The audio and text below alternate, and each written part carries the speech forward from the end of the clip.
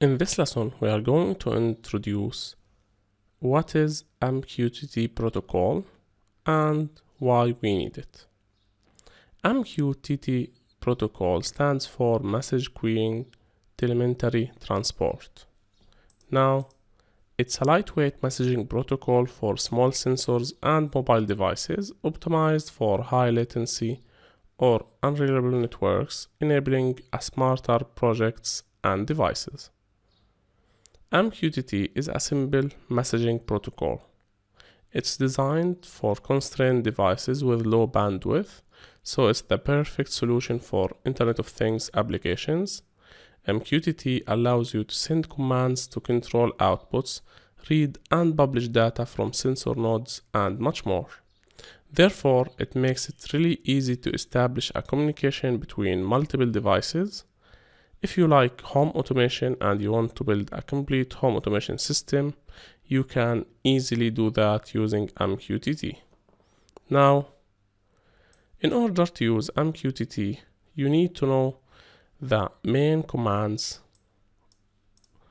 and these are publish, messages, topics, and broker. Now, let's start with the main concept of publish. The first concept is the publish and subscribe system. In a publish and subscribe system, a device can publish a message on a topic, or it can be subscribed to a particular topic to receive messages. So it can send a temperature sensor value to a specific topic online. While the messages, which is the second concept, are the information that you want to exchange between your devices, whether it's a command or data. The third concept here is the topics. It's another important concept. Topics are the way you register interest for incoming messages or how you specify where you want to publish the message. Topics are represented with strings separated by a forward slash. Each forward slash indicates a topic level. And you can easily take this as an example. If we added